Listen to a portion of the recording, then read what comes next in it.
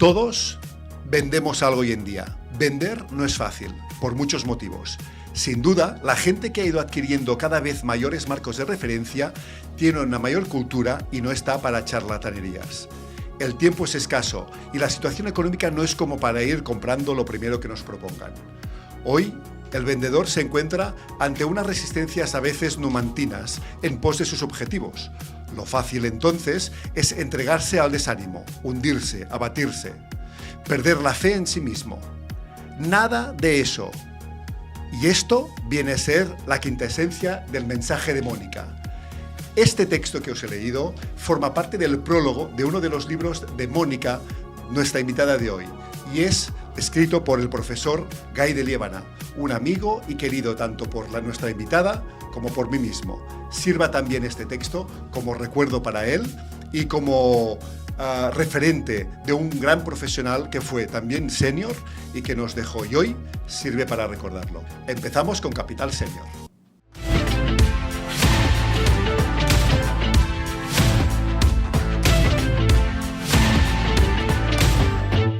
Hola Oriol, arrancamos hoy con una nueva edición de Capital Senior, donde cada semana, recordamos, vamos a hablar del valor del talento senior y queremos dar voz a esos profesionales que siguen aportando, reinventándose y demostrando que la edad no es un límite, sino un activo poderoso.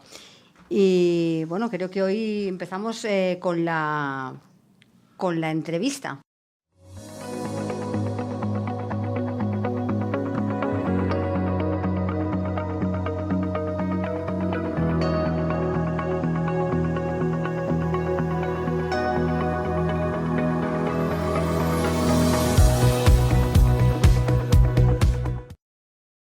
Pues sí, y qué mejor que empezar con la entrevista a Mónica Mendoza, a la cual yo hacía referencia en este libro, Mónica, que es uno de los 3 libros que ella tiene. Bienvenida, Mónica. Hola, buenos días. Gracias por haberme invitado a vuestro programa. Y me he permitido hacer esta introducción a un querido amigo que ya no está entre nosotros, que es José María Guy de Liébana, y que pues tuviste el honor de que te hiciese un prólogo en uno de tus libros. Bueno, pues yo quería aprovechar que tú venías hoy a este radio podcast y tener un instante, un minuto también de recuerdo para él. Ha sido un homenaje precioso y era un hombre con una calidad humana y enorme, formidable. Y desde aquí lo recordamos. Mónica, para empezar, para que nuestros oyentes te conozcan mejor y conocer un poquito más sobre ti, cuéntanos, ¿quién es Mónica Mendoza y qué motivo te llevó a comenzar en el mundo del coaching, de la formación? Cuéntanos un poquito. Miramos, esta pregunta es muy típica porque al ser psicóloga de formación a mucha gente le causa interés saber por qué estoy en el mundo comercial. Empecé vendiendo por las casas y yo creo que nadie se pone en un trabajo tan duro por vocación, sinceramente, sino por necesidad. En casa teníamos problemas económicos, mi padre tenía un trastorno mental severo y no teníamos dinero, yo soy la más grande de 3 hermanas y me dijeron que ahí se podía ganar dinero y ahí que fui. No había fijo, era todo variable, cuanto más vendías más ganabas, pero si no vendías, imagínate qué tristeza. Trabajar, recibir portazos y que encima nadie te compre. De hecho, en la tercera casa me robaron, en la que fui a vender, me robaron el reloj, no vender y que te roben. Entonces ya fui pasando por diferentes estadios de la venta en diferentes empresas, incluso fui teleoperadora en un call center vendiendo Yastel, así que os llamé a casa fijo a todos los que estáis aquí presentes, porque hacía miles de llamadas por mes. De 100 llamadas solo uno te dice que sí, era un tema de estadística. Y luego fui vendedora en el inicio de las .com en España para la empresa, para Grupo Intercom, Infojobs, Softonic y Magister. Viví en los inicios de la .com porque éramos un ISP, Internet Service Provider, así que fui de las primeras en España en vender dominios, hostings, housings, redes privadas virtuales, y fue una época súper bonita de vender un intangible como un banner, o hospedar una web, y luego hice un máster en dirección comercial y me promocionaron como directora de ventas en solostocks.com. Y cuando ya una tiene una trayectoria, dice, ahora me pongo yo a hacer terapia, si solo sé vender. Si llevo toda la vida vendiendo. Así que no sé si yo he cogido las riendas de mi vida y me he dedicado a las ventas o ha sido la vida que me ha llevado por ahí. Siempre tendré esa duda, Monse. Hay algo fantástico, y escuchándote, Mónica, nos conocemos de hace muchos años y hemos compartido muchas cosas juntos. En tal caso, hemos compartido muchas comidas juntos. Y hay algo maravilloso que sucede en este programa, y es que al ser un programa dedicado a los seniors y hecho por seniors, todo aquello que contamos es porque antes nos ha pasado. Y cuando tú das una conferencia, cuando tú das una formación, se te nota que aquello que enseñas, y enseñas tan bien y de forma estructurada para que se pueda entender, es algo de lo cual tú ya has vivido, tú ya has pasado, ¿no? Y esto te confiere una autenticidad. Y de alguna forma creemos que de alguna forma son las experiencias lo que es el gran valor que tenemos los seniors, ¿no? Las experiencias, aquello de la universidad de la calle, tú nos lo comentabas, ¿cómo aprendí a vender? Pues vendiendo a las casas, ¿no? ¿Cómo reciben los seniors? ¿En qué situación están ahora los seniors frente a poner en valor esas experiencias? Porque el mundo cambia a toda velocidad y a veces nos pone en una situación de suelo de barro, ¿no? Muy interesante esta pregunta. Los seniors aglutinamos experiencia, pero la experiencia sin haber hecho el aprendizaje correcto de dicha experiencia no sirve de nada. Hay gente que ha vivido experiencias y el aprendizaje que ha realizado de ellos no es el adecuado. Mira lo que te digo. Así que es la mezcla entre esa experiencia senior junto con un buen aprendizaje de esa experiencia que hace que le vemos que estemos a un nivel, con todos los respetos, ni mejor ni peor que nadie. Es como un nivel superior de reflexión y de analítica hacia la vida, hacia las cosas en general. Si le sumamos que con la edad las cosas no se viven de manera tan intensa, sino que se relativizan más y por tanto somos más objetivos, nos da mucho mejor paradigma y criterio de las cosas en general. Claro que sí, porque además es interesante el concepto de que de la experiencia no siempre se aprenden cosas buenas, ¿no? Ni buenas ni malas, pero de alguna forma de los obstáculos podemos aprender cómo no volver a tropezar en ellos, o tampoco aprendemos cómo no volver a tropezar en ellos. Y en tal caso, de estos obstáculos, ¿cómo nos catapultan para un futuro más prometedor?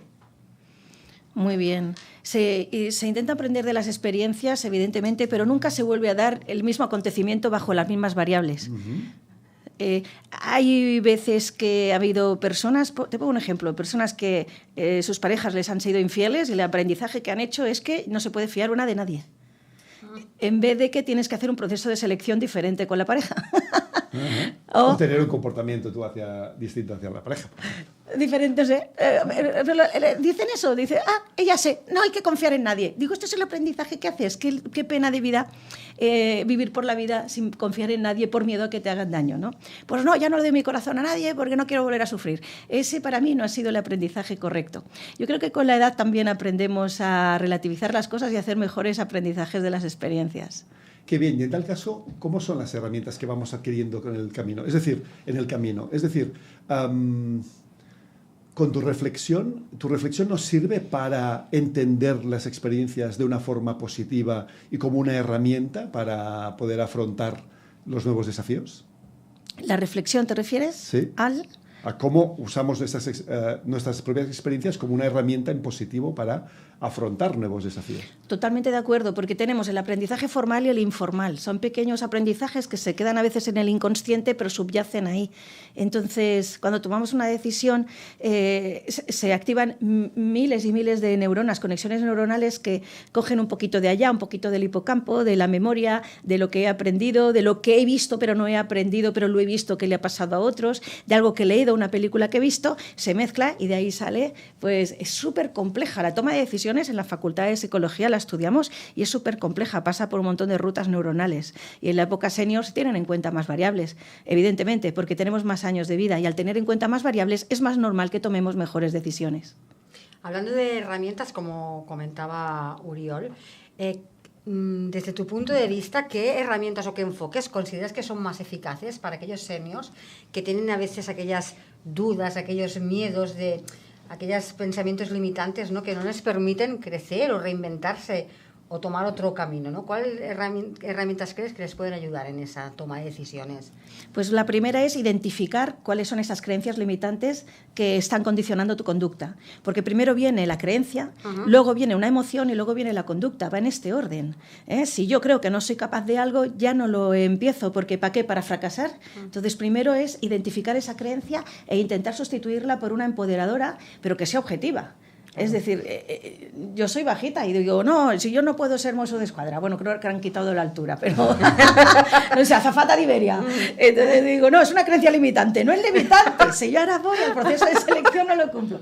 Hay que identificar la que es subjetiva y paranoia tuya mental de la que es real e intentar. Fíjate que existe el síndrome del impostor, que es ese síndrome, que es esa creencia en pensar que no eres capaz de algo cuando lo eres, pero existe el síndrome contrario que se llama de Dunning-Kruger. El síndrome Dunning-Kruger es la sobrevaloración de las capacidades, es decir, gente que no es tan experto en un área, pero como la ignorancia es muy atrevida, se creen capaces de hacer cosas, cuando el que está preparado está acojonado por si no es capaz. El mundo va al revés, Monse, el mundo va al revés. Muy interesante. Y a mí no me gustaría...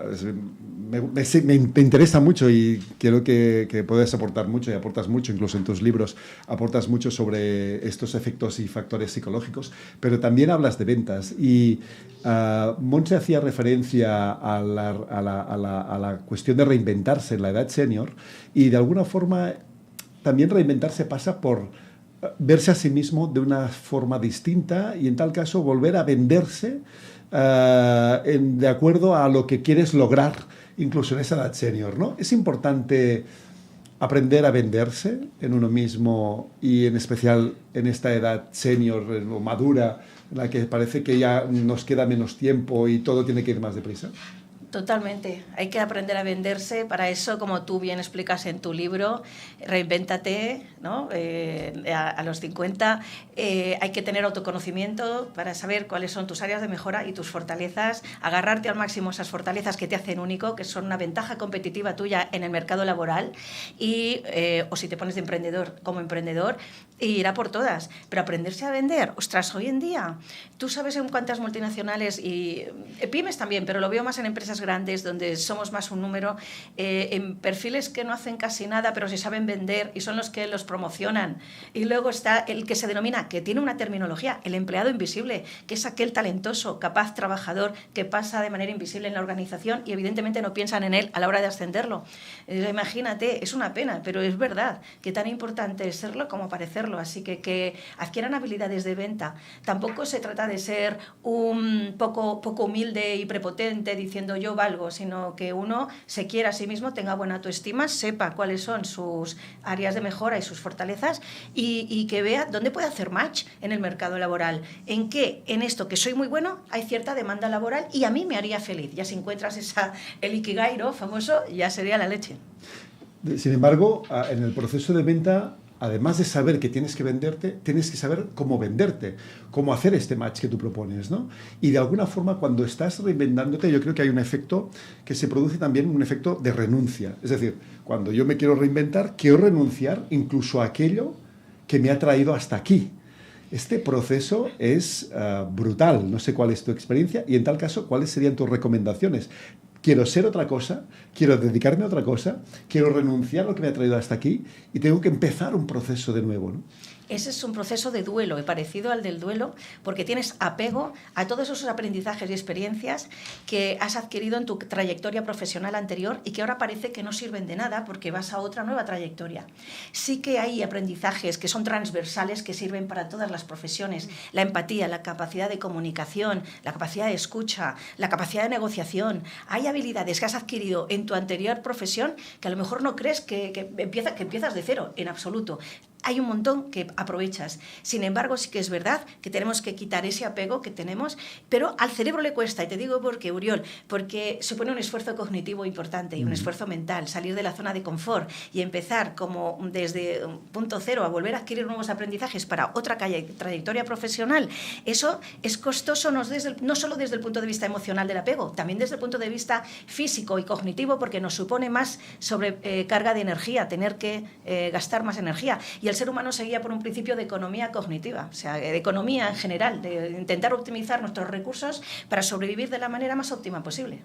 Pero entonces, ¿cuáles serían tus recomendaciones para superar estas limitaciones cognitivas de nuestro cerebro? Porque, claro, nada como decías tú, ¿no? Bueno, pues estoy en edad senior, tengo 55 años, me han echado o ha cesado la empresa, ya no tengo, estoy en la calle y me encuentro que, pues, todos son excusas. Ya no tengo tiempo, soy mayor, no me van a querer, no sirvo para nada, lo que yo sé ya no sirve en el mundo actual. ¿Cuáles serían tus recomendaciones para poder superar estas barreras limitantes? Cuando se entra en ese proceso es súper peligroso, súper, porque la autoestima baja y porque se activa un mecanismo psicológico de defensa del ego y del yo para sufrir menos, que se llama sesgo confirmatorio. De manera inconsciente solo te fijas en aquello que te da la razón. Como cuando te quedas embarazada y solo ves que embarazadas por la calle. Te compras un coche, de golpe todo tu barrio lleva tu coche. Entonces solo ves noticias en la tele donde echan a gente mayor, solo ves noticias donde incrementa el nivel de la pobreza en España, donde ves que colas de paro y ves todas de mi edad, ¿no? Entonces, de manera sesgada, solo te fijas en aquello que te da la razón, con lo cual retroalimenta tu creencia distorsionada anterior y te llena de mucha más ansiedad y más frustración. ¿Y cómo vas a una entrevista con esa cara? ¿Cómo vas si no estás en un momento que la energía es contagiosa? Y se nota cuando estamos con ese ánimo y la mirada no brilla, no sonríes, incluso la espalda no queda tan erguida. Caminamos hasta de manera diferente cuando estamos tristes. Así que mi recomendación, como ya me meto en la parte de psicóloga, experta en ventas, que uno siempre confíe en el producto, que el producto es él.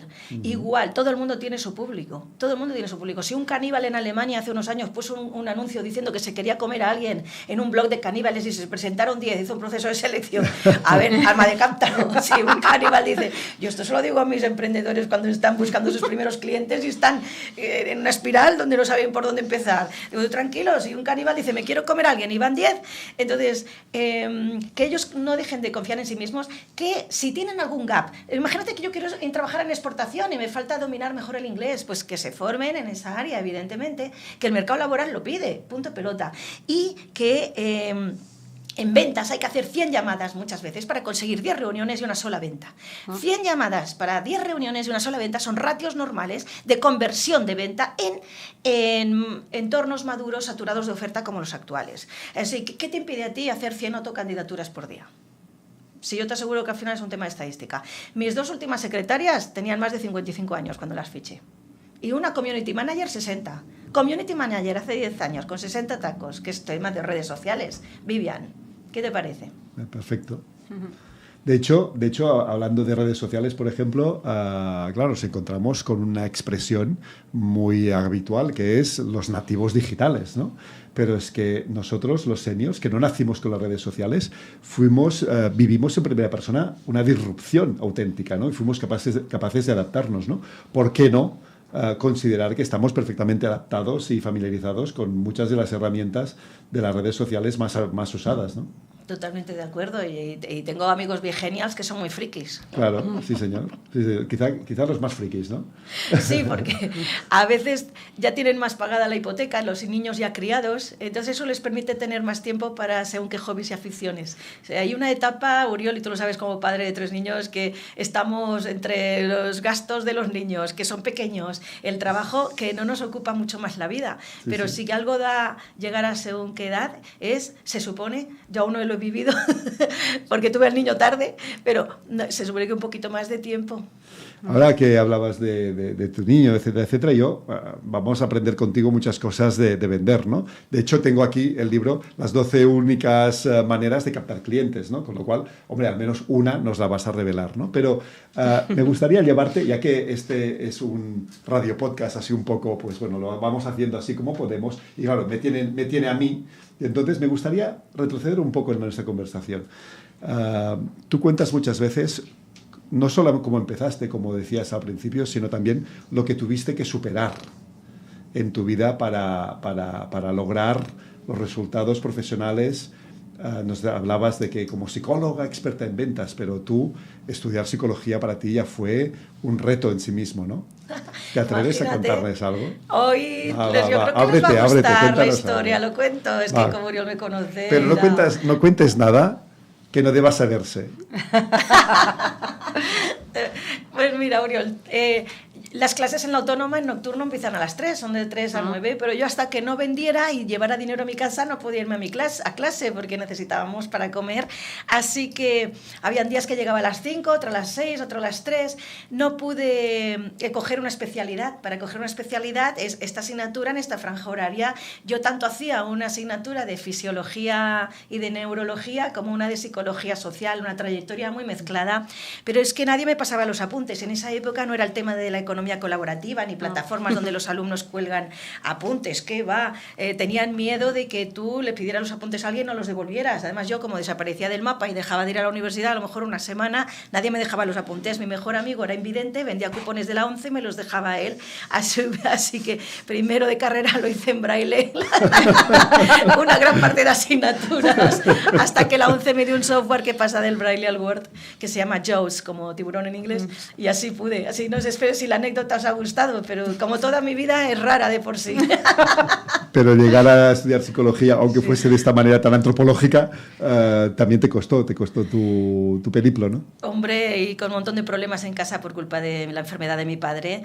Además, luego para hacer las prácticas tuve que ir donde nadie quiso porque yo no tenía flexibilidad horaria, que fue en la cárcel Modelo, ahora cerrada, haciendo terapia a asesinos, al grupo que nadie quiso. A mí me dijeron, Oriol, presos de larga condena, para que veas la importancia de conocer el argot allá donde vayas, porque yo no sabía que larga condena eran asesinos. Claro, es larga, 20, 25 años. Así te puedes imaginar la experiencia.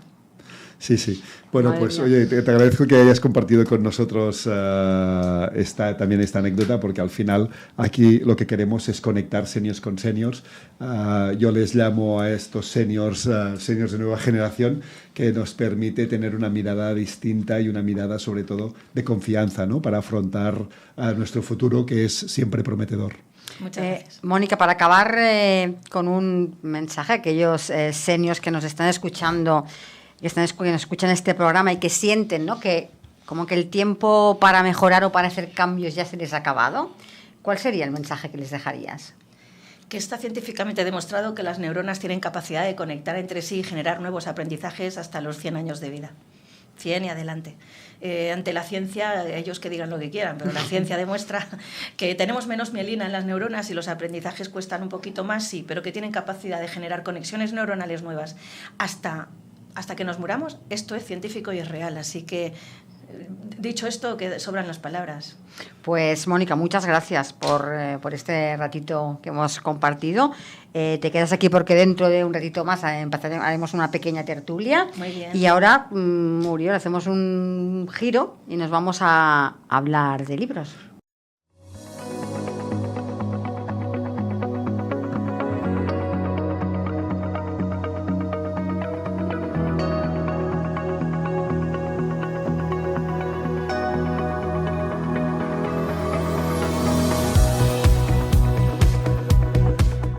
Pues sí, tenemos como cada programa, como cada día, a Diego Torres, que nos va a comentar un libro.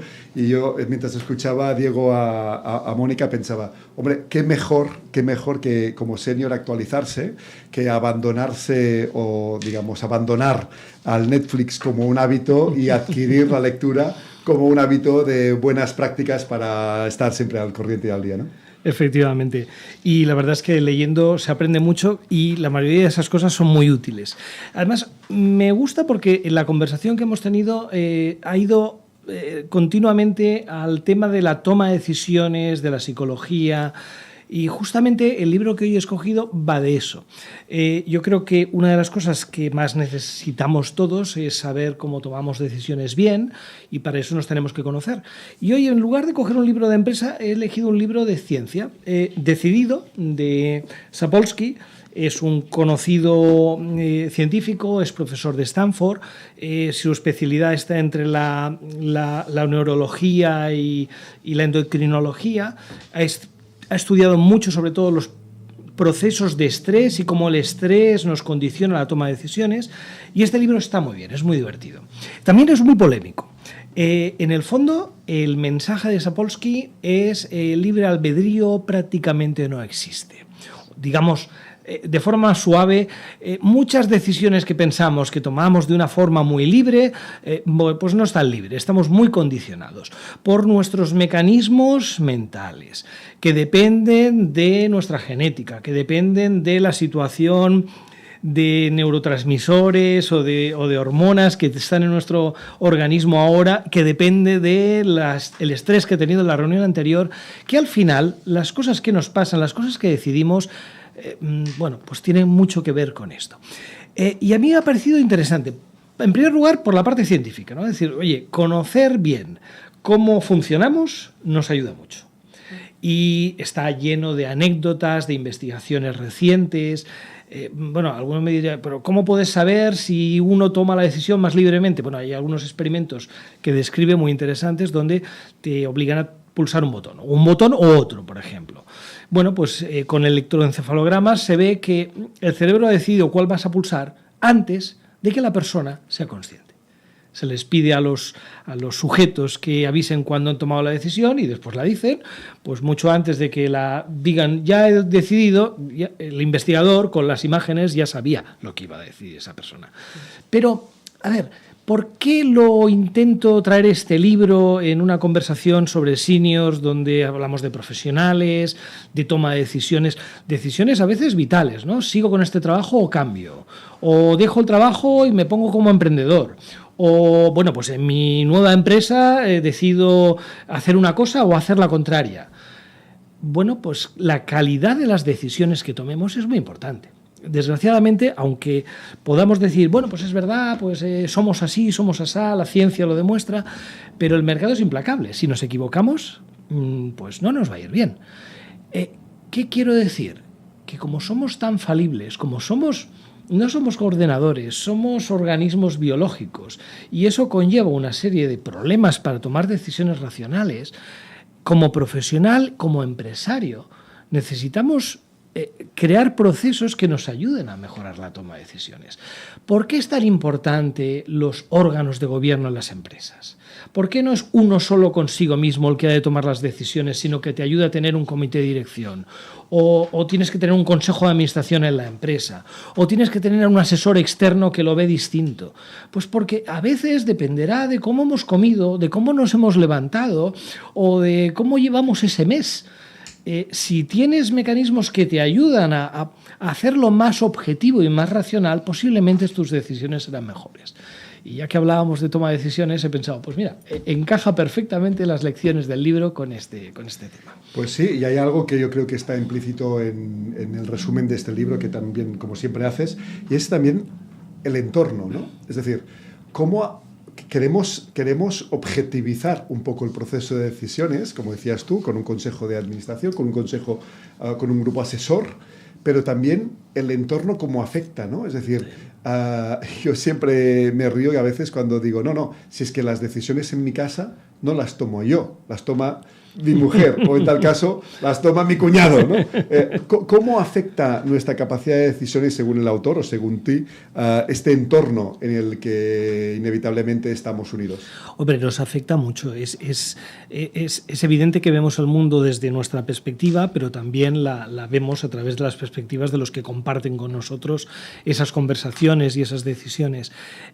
Justamente, ya que no podemos controlar nuestro nivel de estrés a lo mejor en un determinado momento, lo que sí podemos controlar es, intentar mejorar ese entorno para que nos ayude a tomar mejores decisiones.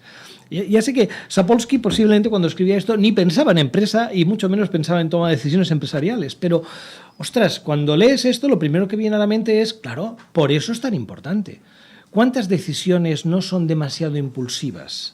Las decisiones que toma, por ejemplo, un emprendedor, con toda la ilusión del mundo, con todas las ganas de tirar un nuevo proyecto adelante, pero a lo mejor se equivoca porque, digamos que aquello a lo que él tiende predomina. Ostras, si tienes la ocasión de conversar con otra persona, las cosas cambian. Ahí es donde también los asesores externos, repito, los órganos de gobierno, si están bien diseñados, te ayudan a ser mejor. Y de alguna manera compensan los déficits que la biología nos puede llevar a tener.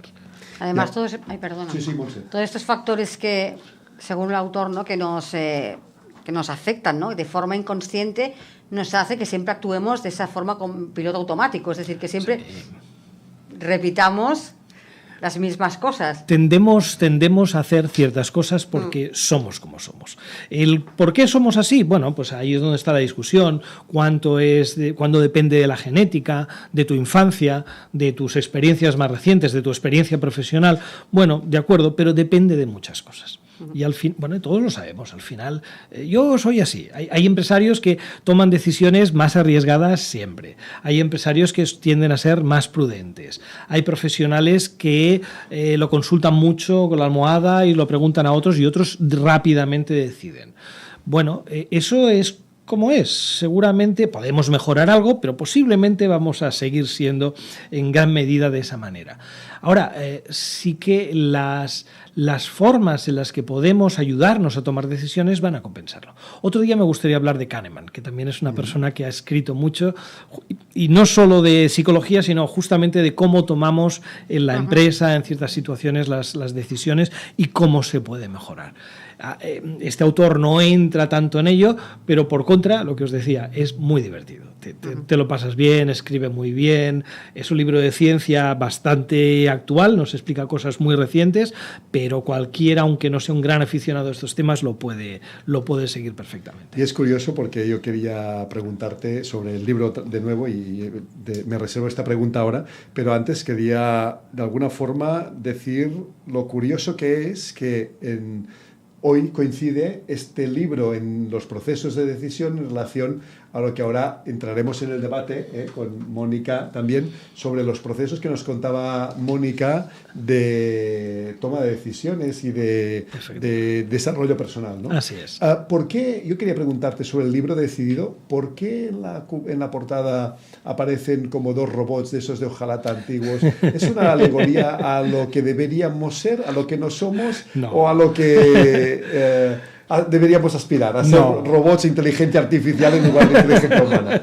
No. Sapolsky lo que en el fondo sabe que es el punto más polémico de su discurso es, bueno, si estamos tan determinados por la biología, por la experiencia, por la infancia, por nuestra situación de estrés, bueno, ¿qué pasa? Que somos robots, está predeterminado nuestra decisión, no hay espacio para tomar decisiones libres. Y bueno, pues de hecho hay algún capítulo en el que hace incluso una exploración de la física cuántica. Intenta ver dónde hay espacios para la indeterminación. Y su conclusión viene a ser pocos. O sea, poner ejemplo, decir, oye, si tú por la mañana decides tomarte un té o un café, bueno, no voy a discutir que no es una decisión libre. Pero bueno, tu preferencia por el café va a estar determinada por factores biológicos. Si quieres tomar mucho un café es porque estás cansado, que a lo mejor depende de tu experiencia ayer y cuánto trabajaste y cuán estresado estás. Hasta lo que pensamos que es más libre, no lo es totalmente libre. Y esto es un mensaje pesimista. Claro, muchos de sus críticos dicen, claro, es que la sociedad así no podría funcionar, entonces nadie es responsable de lo que hace. Dicen, no. Es verdad que es complicado asumir estas cosas, pero él lo que viene a decir es, no, si asumimos esto, seguramente lo que seremos es más compasivos y más comprensivos. Puedes entender que alguien toma una decisión muy distinta a la que tú tomarías, pues porque es como es, y tú también eres como eres. Y bueno, aunque uno lo ve de ciertas maneras, tienes que entender pues, que la sociedad está compuesta por personas y por lo tanto por organismos muy distintos y cada cual tiene sus peculiaridades. De alguna manera dice, oye, relájate, no pasa nada. Incluso dice, bueno, es el mérito. A veces estamos orgullosos porque hemos tenido un logro. Claro, sería como muy triste decir, no, tú no tienes ningún mérito, es que naciste así. Bueno, sí, quizás sí, pero no está mal tampoco verlo de esta manera. No te vengas tan arriba cuando algo te sale bien, ni tampoco te machaques demasiado si algo no te ha salido, porque somos como somos. Y de hecho leía hace tiempo, no de acuerdo, yo creo que era un artículo en una revista en Harvard o algo así, que decía algo como, bueno, está por ver, a medida que la ciencia avance, si aquellos delitos que se cometen por voluntad del delincuente o por simple biología. Es decir, no siendo culpables porque algo les viene predeterminado a que cometan esa acción. Yo decía delito, pero digamos acción, ¿no? Con lo cual, a medida que también la ciencia avance, podrá incluso anticiparse a ciertas capacidades, comportamientos de los seres humanos, ¿no? Me están temblando las piernas ya, ¿eh? Sí, sí, sí. Una de las cosas que él más ha estudiado es, como os decía antes, es los efectos del estrés. Y una de las cosas más interesantes es que, claro, afecta al equilibrio que hay entre, digamos, partes del cerebro que gestionan más las emociones con las partes que la corteza prefrontal, que nos ayuda a tomar las decisiones más racionales. Y el estrés afecta a ese efecto a ese proceso de sopesar las cosas. Entonces, bajo estrés, por ejemplo, la gente toma decisiones peores desde el punto de vista moral. Pues bajo cierta presión a lo mejor no sopesas tanto tu interés propio con lo que deberías hacer y acabas tomando decisiones que otro día en otras circunstancias no tomarías de esa manera. Es interesante, la verdad es que es un libro de ciencia muy recomendable. Pues gracias, Diego, es un libro de ciencia que además explicado por ti, a uno le dan ganas de volcarse a él y bueno, estamos, de hecho, Montse, programa a programa, estamos también construyendo una estupenda librería. Eso iba a decir yo, vamos a tener que una biblioteca vamos a montar aquí. Sí, yo el libro que no tengo lo compro y el libro que tengo lo releo, porque ya tengo esta... Sí, porque aportas nuevos puntos de vista que te hacen releerlo de nuevo. Gracias, Diego, gracias. muchas gracias como siempre. Y ahora pues te invitamos que junto con Mónica a participar de esta, como siempre, nuestra pequeña tertulia.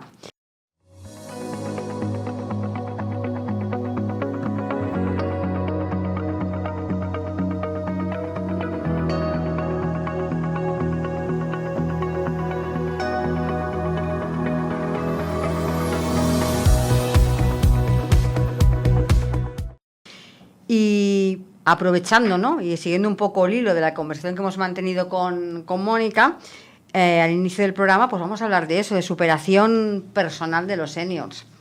Y para empezar un poco... Yo, Montse, ¿te puedo interrumpir? Ya, a mí me gustaría empezar un poco ligando lo que nos decía Diego del libro y aprovechando que tenemos aquí a Mónica, experta en ventas, a mí me gustaría hacerte una pregunta trampa, Mónica. A ver cómo sabes. Miedo me das, porque que a mí se Oriol ya tiene que ser heavy. No, antes de nada, acabábamos tu entrevista diciendo que tú decías, el cerebro, son dos cosas que te voy a decir en una, pero así tengo también mi ratito de hablar aquí en el micro. Claro, ¿no? el programa es tuyo. Dos cosas que decías, dos cuestiones. La primera decías, no, está demostrado científicamente que el cerebro mantiene su flexibilidad y su capacidad de aprendizaje hasta los 100 años. No mantiene, cada vez es menos flexible. Es menos, pero la es mantiene, más rígido, pero mantiene la capacidad de generar nuevas conexiones neuronales, sí. Sí. Dice mi suegro siempre, dice que lo importante en la vida es llegar a los 100 años, porque a partir de los 100 muy poca gente se muere.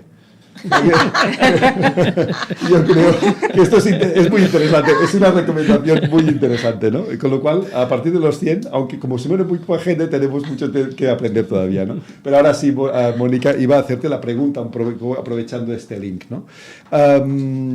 Todos aquí conocemos lo que es la venta o el negocio B2B, el B2B, el negocio de venta de empresa a empresa, a otras empresas. Es decir, entendemos empresas que no son consumidores directos, sino que con nuestros servicios o productos transforman los suyos propios para que llegue al consumidor, ¿no? La venta B2B, y hago esta declaración para quien no lo sepa, y en tal caso para continuarte con una pregunta. Nos hablaba Diego de que todos nuestros procesos de decisiones de alguna forma ya están predestinados o precondicionados a cómo somos y tal. Y en tal caso somos una gran bola energética, de energía, ¿no? De emociones, ¿no? Mi pregunta, y esta es la pregunta trampa, es, en los procesos de venta B2B, de lo cual tú también eres experto, ¿el proceso es emocional o racional? Oh, la pregunta al millón. Sí.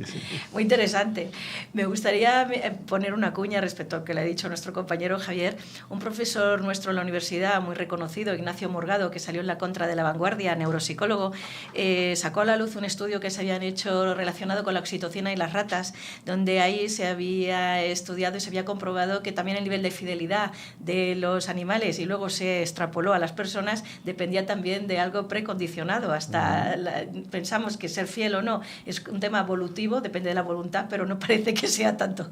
Así que sí, interiormente el cerebro, el cuerpo ya está condicionado con un genoma sobre cómo actuar. Imagínate las fuerzas del marketing externas que también nos condicionan y creemos que compramos cosas por nuestra propia decisión, pero hemos sido influenciados por las fuerzas del marketing, que tú de esto entiendes mucho. Así que ya el poder de decisión, y esto estaba yo hoy reflexionando, me voy con una buena reflexión, ¿eh?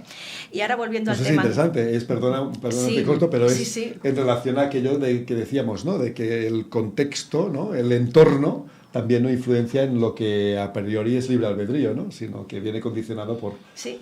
El entorno, el exterior y el interior, fíjate tú. Sí. Y en respuesta a tu pregunta, aunque el modelo de negocio sea B2B, vendemos a personas que tienen su escala de valores y motivaciones y sus intereses. Lo que sí que es verdad, que sí que suelen ser compras menos emocionales, porque si es un directora de compras y compra mal, le pueden echar a la calle. Entonces, aquí hay decisiones muy analíticas, ROIs, retornos de inversión, según qué ratios o KPIs. Pero, sin embargo, a igualdad de condiciones o similares, siempre hay una parte subjetiva y psicológica que es al vendedor o vendedora que me ha parecido más creíble, al que la empresa me siento más seguro, siento seguridad, siento confianza. Hay una serie de variables que son más psicológicas, pero si el gap es muy elevado en mi propuesta de valor respecto a otra, evidentemente no son tontos, son KPIs muy... Una parte entre el hemisferio más racional y el más emocional, diría yo.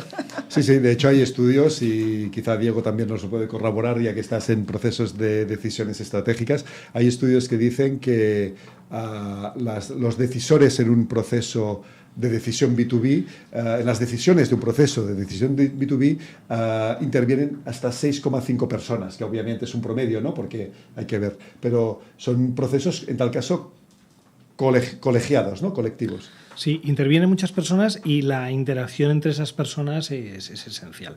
Y eso sí que no es matemático. Y esa interacción es emocional, ¿no? Sí. Es emocional, ¿no? Qué bueno. 6,5. 6,5. Para proyectos llave en mano de gran envergadura, que son importes elevados, más de 1 millón de euros, etcétera, imaginaros el ciclo de ventas de 2 años, hay un montón de departamentos, con cada uno, el de compras pide comprar barato, el director técnico, directora técnica quiere que el producto sea bueno técnicamente y no le dé problemas. Fíjate, cada uno tiene sus propios intereses. Claro, y parece que la imagen... Montse, perdona, estoy boicoteando el guión. No, tranquilo. Sí, tranquilo, vale, gracias. Pues parece que la imagen de el superempresario triunfador es aquel que decide así a golpe de dedo, ¿no? Tú esto, hacia allí, hacia aquí y tal.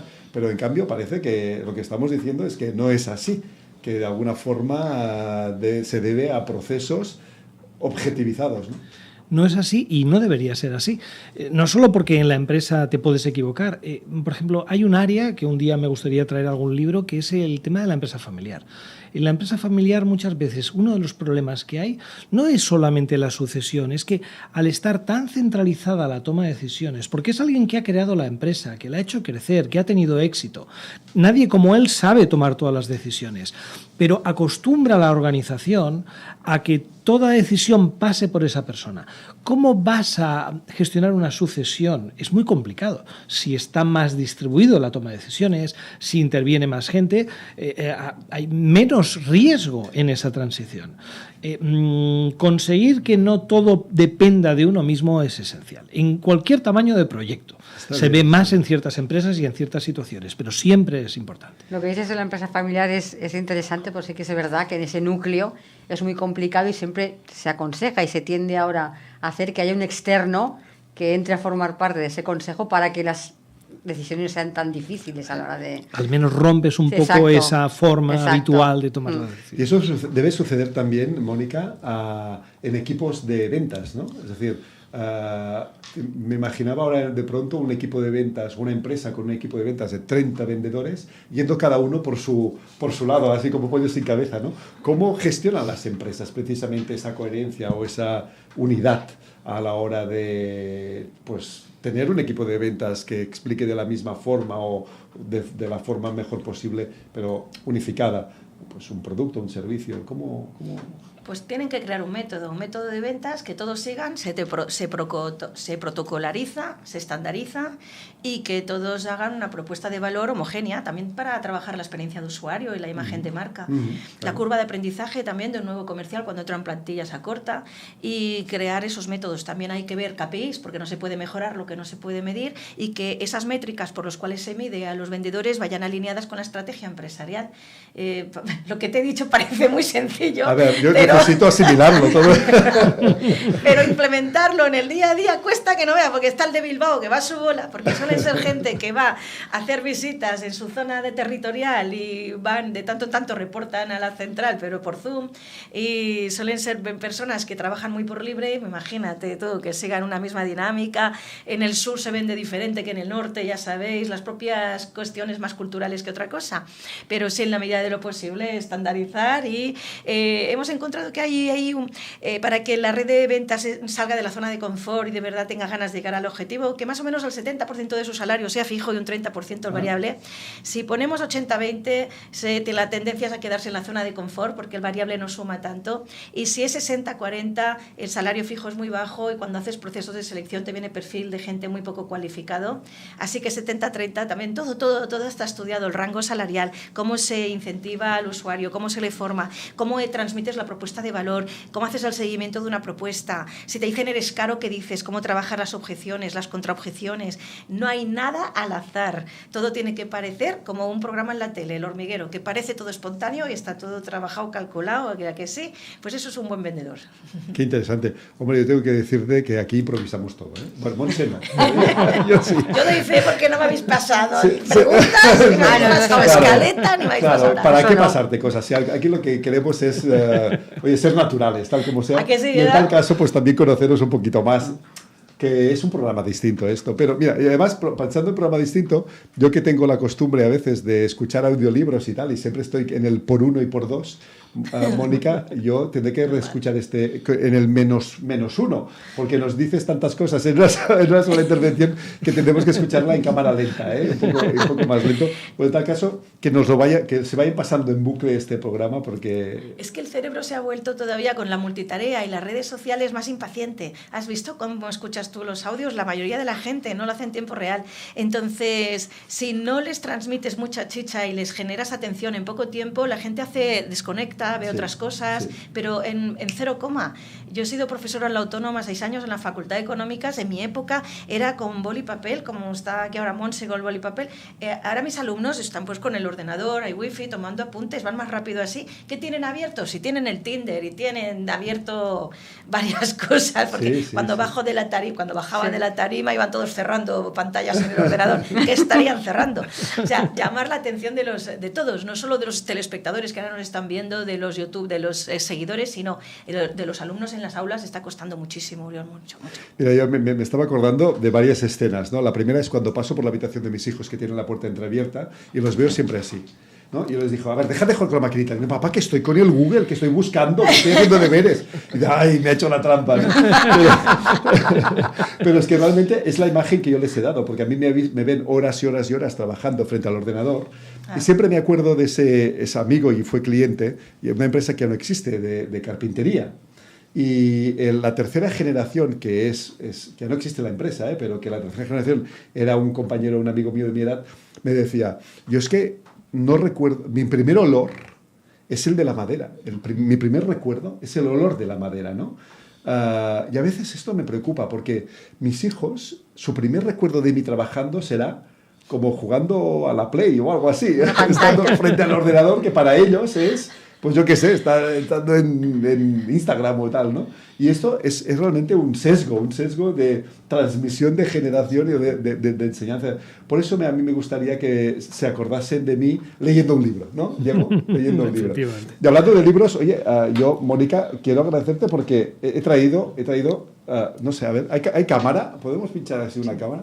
Los 3 libros de Mónica, a ver, ¿dónde le enseño? Aquí. Los 3 libros de Mónica. Y me gustaría hablar, estos 3 libros que además, estos los tengo yo y firmados. Mónica, no sé cuál es el primero ya, yo me he perdido. Lo que no te cuentan. Lo que no te cuentan. 12 ediciones, Uriol, ya. 12 ediciones, un libro de ventas, no es habitual. Lo que no te cuentan los libros de ventas. ¿Nos lo vas a contar tú aquí ahora? ¿Cuánto tiempo tenemos, Monse? Bueno, todavía tenemos ¿Nos un poquito lo vas a de contar tiempo. tú aquí? Hago un elevator pitch del libro. Venga, ¿Has visto que hablo rápido? Bueno, espera, habrá que gestionarse, ¿eh? Porque luego el segundo es este. Sí, Píldoras de Motivación. El único manual de autoayuda que hay para vendedores y emprendedores para animarles cuando están tristes y porque no venden. Para subirles la energía y que lo vendan todo. ¿Hay vendedores tristes? Digamos que más que vendedores tristes, ya tienes razón, es como paradójico, ¿verdad? Porque vivimos de la ilusión, de la emoción, de transmitir buenas energías.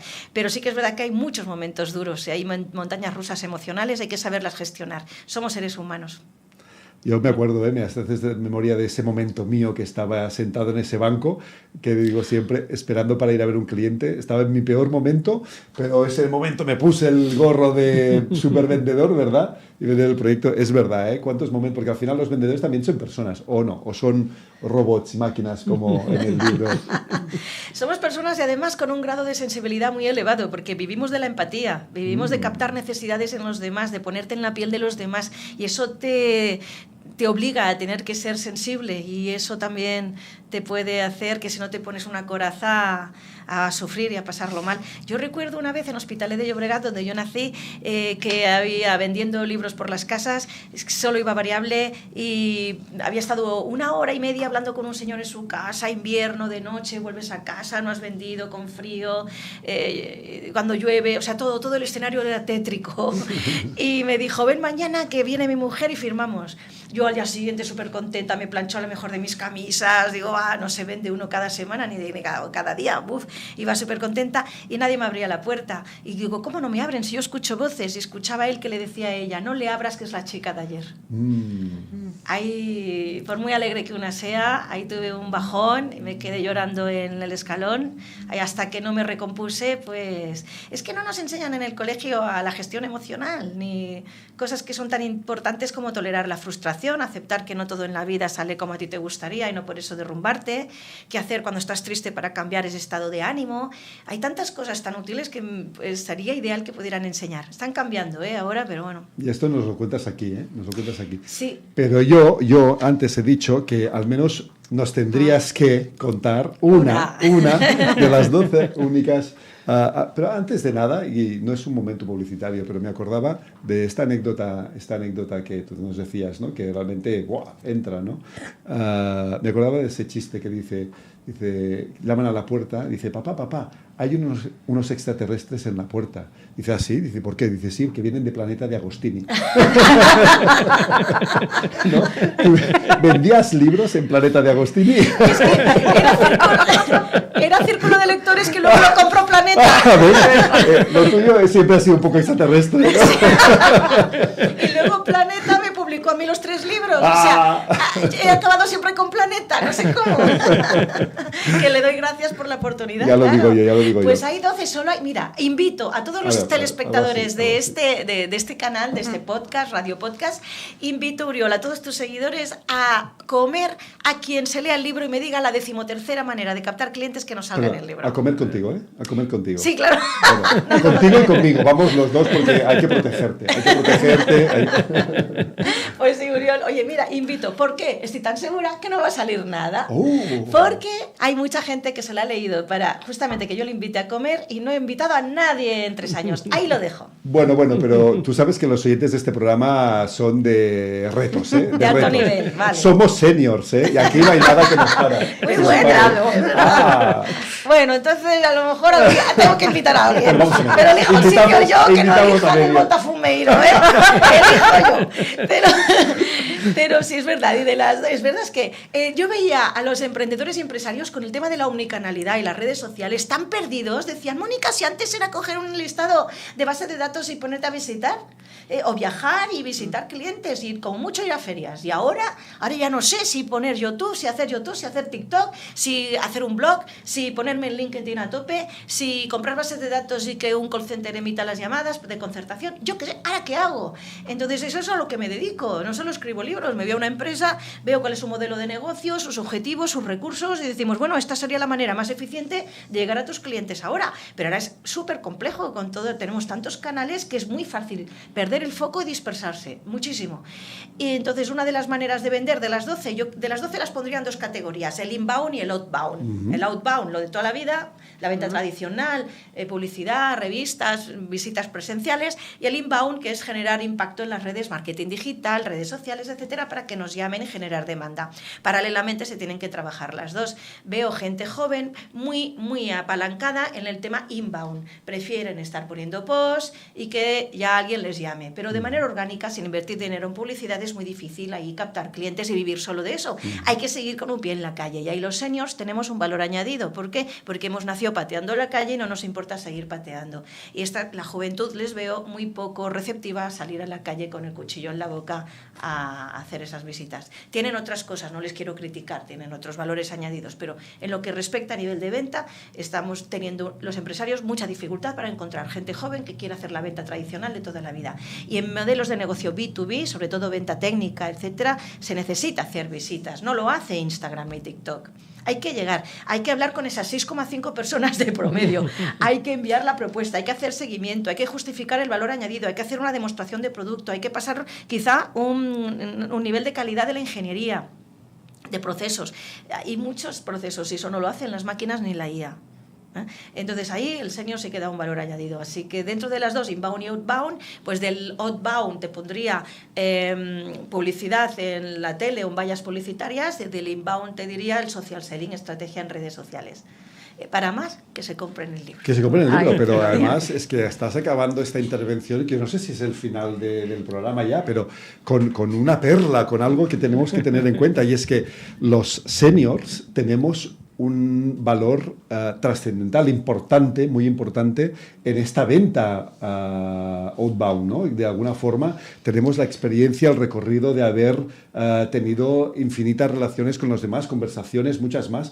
No hemos estado encerrados detrás de la pantallita, como decíamos antes, sino que nos hemos visto en las dinámicas de hablar, ya no digo de cuando empezaste tú de visitar casas puerta a puerta, sino de hablar con la gente, de hacer networking, de tener relaciones interpersonales sólidas, duraderas, y esto estás destacándolo como un activo importante para la venta y un activo que está implícito con los seniors, ¿no? Y si hablaras con directores de recursos humanos te dirían que es un perfil muy buscado. Pues ¿sabes que en España tenemos un 30% de paro de los seniors, de más de 50 a 55 años? ¿60? 30. 30. Ah, todos estos 30 tienen que ponerse a vender ya y a activar su capacidad de relaciones públicas, de conversaciones y de networking. Pues sí, tendrán que demostrar que también saben hacer un Zoom, un Meet, tendrán que demostrar que saben usar el ChatGPT para generar mejores correos, que saben poner un post en LinkedIn, tendrán que demostrar eso también, pero eso se puede aprender también. Y de hecho la mayoría, muchos ya sabrán, si no te adaptas, te adaptan, o sea, pero es verdad, tienes razón, la has definido muy bien, esas relaciones interpersonales, esa tolerancia a la frustración, eso de decir a un hombre o mujer, llego a las 5 y llegas a las 5, y si no llegas a las 5, llamas antes para avisar, ese compromiso, eso que ahora no se ve.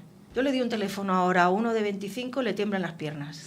Digo, llama a un cliente, porque los tengo, los estoy 25, 27, 28, no, ya le envío un WhatsApp, No, que le llames, vamos a visitar. Si tus clientes son las empresas del sector del metal que facturan más de 1 millón de euros, te he conseguido la base de datos, llama Manolito, ay, que me da miedo, hoy no, que es lunes, los lunes es mal día, hoy martes no, que estoy triste, si estoy triste no vendo, hoy miércoles no, que estoy haciendo un curso de coaching y me estoy conociendo a mí mismo. Digo, que salga la puñetera calle, Manolito, que se te está acabando el paro y se te está acabando el dinero.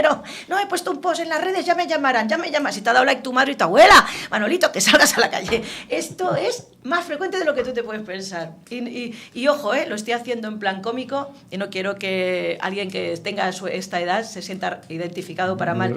Tienen otras cosas poderosísimas, pero esto de salir y decir, venga, va, ¿a quién llamo? Y me han dicho que no, y la secretaria o secretario me ha dicho que llame más tarde, voy a ver cómo consigo saltarme el filtro. Y venga, y no voy a parar hasta que consiga la visita y demostrar que mi propuesta es la mejor. Y si digo que voy a hacer un seguimiento a la semana, hago el seguimiento a la semana, aunque llueva, haga frío o haga sol. No que dice, no, me voy a pádel mañana, no, ahora me voy un año a Australia a vivir la vida y vuelvo, que también me parece muy bien, si a mí eso me da envidia. Nosotros nacimos para qué, que mi madre que me dijo, no, trabaja mucho y no busques problemas. Eso fue lo que me dijo mi madre cuando entré en el mundo laboral. Trabaja mucho y que no des problemas a los demás. Lo que está contando ahora Mónica lo entrelazo con una cosa que también ha dicho antes, ¿no? Que esa idea que tenemos que cuando tienes que reinventarte un senior vienes con la mochila vacía y que empiezas desde cero, eso sí. Totalmente es lo que está contando ella, que tenemos un valor añadido que nos da la experiencia y nos da las maneras que hemos aprendido de trabajar diferentes a las de ahora, que eso yo creo que es un aporte de mucho valor. Sin duda. Habilidades transversales que valen para muchísimos trabajos. Y yo iba a pedirle a Mónica un último consejo, pero creo que el consejo nos lo ha dado su madre. Trabaja mucho y no des problemas. Simplemente, Mónica, ¿crees que este consejo se mantiene vigente al día de hoy? Sí. Bien. Pues oye, con esto acabamos, estamos en tiempo. Antes de que Mon se despida, yo quiero agradecerte a Mónica que hayas hecho este agujero, porque yo sé lo que cuesta encontrar una hora de tu tiempo y te lo agradezco especialmente. Gracias, Mónica. Gracias a ti por haberme invitado. Muchas gracias. Y gracias, Diego, por supuesto. Monse, Diego, a ti te vemos la semana que viene. La semana que viene. Bueno, a todos ustedes recordarles pues lo que estábamos diciendo ahora, que volvemos la semana que viene aquí en Capital Senior. Así que hasta la semana que viene.